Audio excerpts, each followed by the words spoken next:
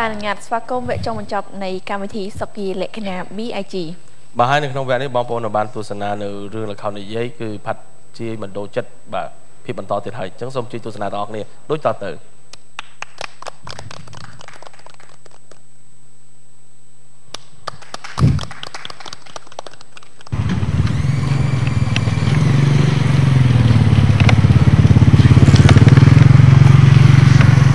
អាលោកបាទក៏ពុញណាឡានអាហេងវាទៅយក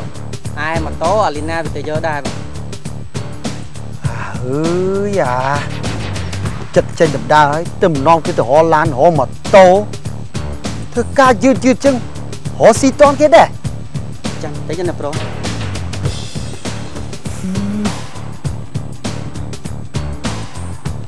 អាលោកបាទប្រុសឯងដឹងច្បាស់ហើយដែលវារស់នៅហ្នឹងបាទអ្នកប្រុសច្បាស់ណាស់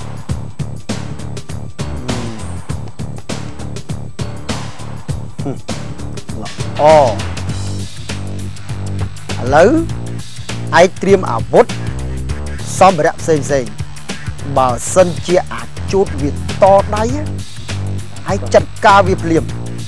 បាទអ្នកប្រុសកុំភ័យព្រោះគ្នាយើងច្រើនណាស់អ្នកប្រុសអូអ្នកប្រុសឡានមកអ្នកប្រុស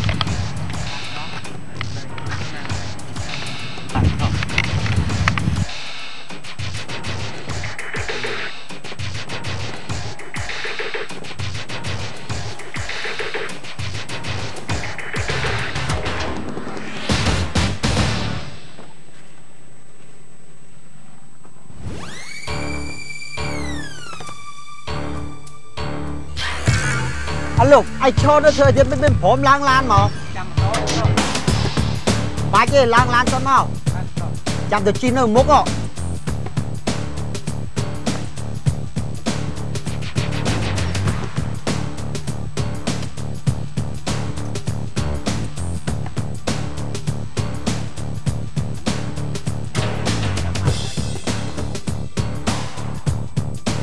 លោកអ៊ំខ្ញុំជំរាបលាសិនណាលោកអ៊ំទៅចោលក្មួយ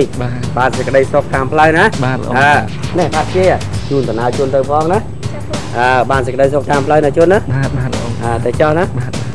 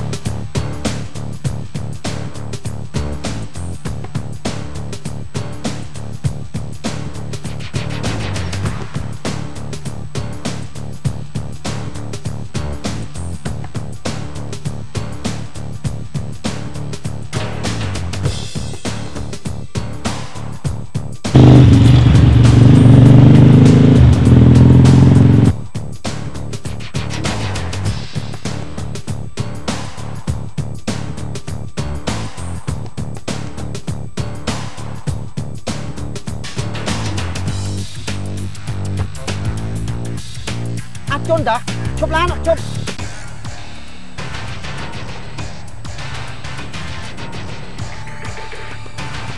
អាឡូអ៊ំ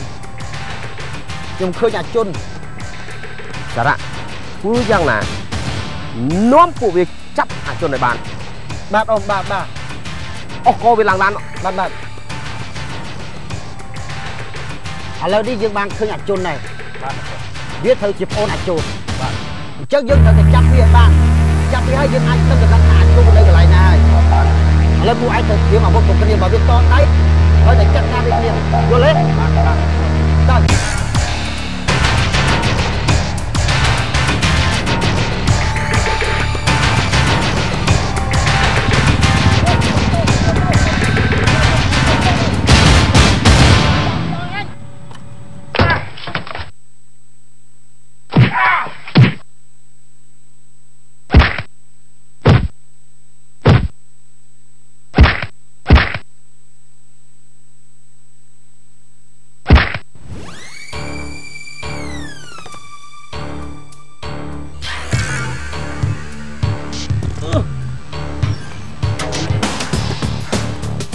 chôn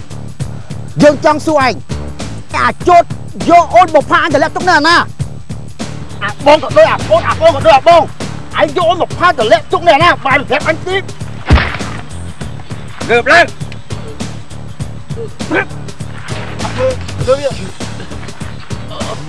vừa ăn salad rồi quay vay với thêm chứ đâu làm cho bên đá lá nữa chứ nước việt và đặng tút lan ôi đây nước bên đây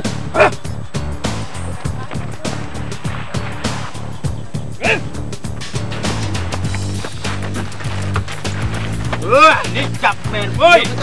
bỏ về chỗ không tút lá đâu bỏ đấy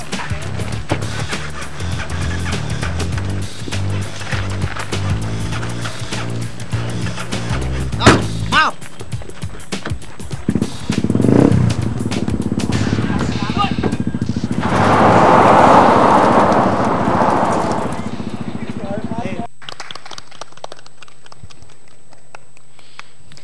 cái này là om mứ hay lớn sẽ bạt tiền đấy bà ចា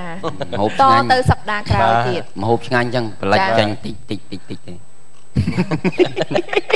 ម្លេចតិចតិចមកនៅកន្ទុយ ប្រឡែកតិចតិច បាទហើយឥឡូវនេះដោយសារតែពេលវេលាយើងខ្លី ចា ទុកឱកាសនេះជូនទៅដល់តារាកិត្តិយសទាំងពីររូបម្នាក់កន្លះនាទីមុននឹងជម្រាបលាបាទសូមអញ្ជើញខាងបងស្រីមុន ចានេះខ្ញុំសូមអរគុណដល់ស្ថានីយ៍ទូរទស្សន៍ CTN បានផ្ដល់កិត្តិយសជូននាងខ្ញុំឡើងកម្មវិធីសុគាលក្ខណៈ BIG និង ក្រូច បងអូនក្រូច ចាជាលើកទី1នេះខ្ញុំបើសិនជាមានការខុសឆ្គងអីសូមមេត្តាខន្តីបទោសហើយកម្មវិធីនេះគឺនៅក្រៅប្រទេសគេចូលចិត្តណាស់ចាហើយសូមជូនពរឲ្យពុកម៉ែបងប្អូនទាំងអស់ប្រទះតែជួបនៅសេចក្តីសុខចាអរគុណ បាទ ចាអរគុណសូមអញ្ជើញលោកគ្រូ បាទចំណែកខ្ញុំក៏មិនខុសពីបងស្រីដែរណា ចា សូមថ្លែងអំណរគុណដល់ស្ថានីយ៍ទូរទស្សន៍ព្រមទាំងបុគ្គលិកទាំងអស់ដែលបានតែងតែអញ្ជើញរូបខ្ញុំមកជាលើកទី2ហើយ បាទ បាទសូមឲ្យទូរទស្សន៍របស់ CTN នេះកាន់តែមានការរីកចម្រើនទៅមុខជាដរាបបាទនិងសូមជូនពរឲ្យបងប្អូនទាំងអស់នៅក្នុងប្រជាណាចក្រកម្ពុជាជួបប្រទះតែសេចក្តីសុខសេចក្តីចម្រើនគ្រប់ប្រការបាទសូមអរគុណ ចាសូមអរគុណមកក្រូច បាទហើយ ចា មុនដំបូងខ្ញុំក៏សូមខន្តីបេតួអំពីអ្នកបងនិងលោកគ្រូផងដែរដែលលេងសាច់រឿងជ្រុលតិចឯគ្រូណា បាទអត់អី បាទទាំងសូមកុំឲ្យមានទោសមានពៃមានកម្មពីវរាអីនោះមិនជាពាក់ទៅគ្រូតាមរៅខ្ញុំដែរទេ បាទ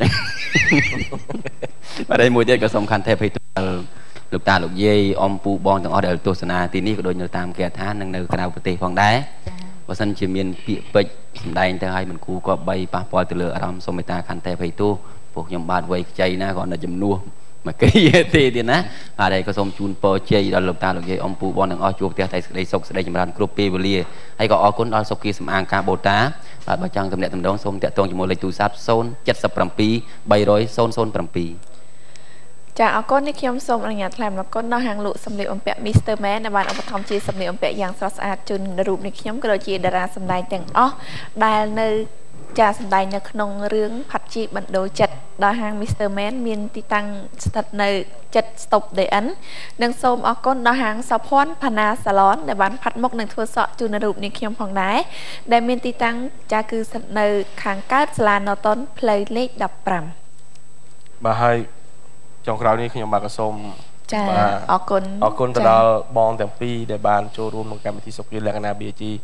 ហើយកម្មវិធីរបស់យើងដល់ពេលនេះចូលដល់ទីបញ្ចប់ទៅហើយតែខ្ញុំបាទក៏សូមជម្រាបប្រាប់បងប្អូនបន្តិចបើមានកម្មវិធីឡើងផ្ទះឬមួយក៏ខួបកំណើតគោលការណ៍អីចង់ដាក់ DJ ទៅមានបាទគឺ077 235 13ដងអរគុណបាទកម្មវិធីសុខាលក្ខណៈ BG បានចូលដល់ទីបញ្ចប់ទៅហើយខ្ញុំបាទក៏សូមអរគុណជម្រាបលាសន្យាជួបគ្នាសប្តាហ៍ក្រោយតាមពេលវេលានៅម៉ោងដដែល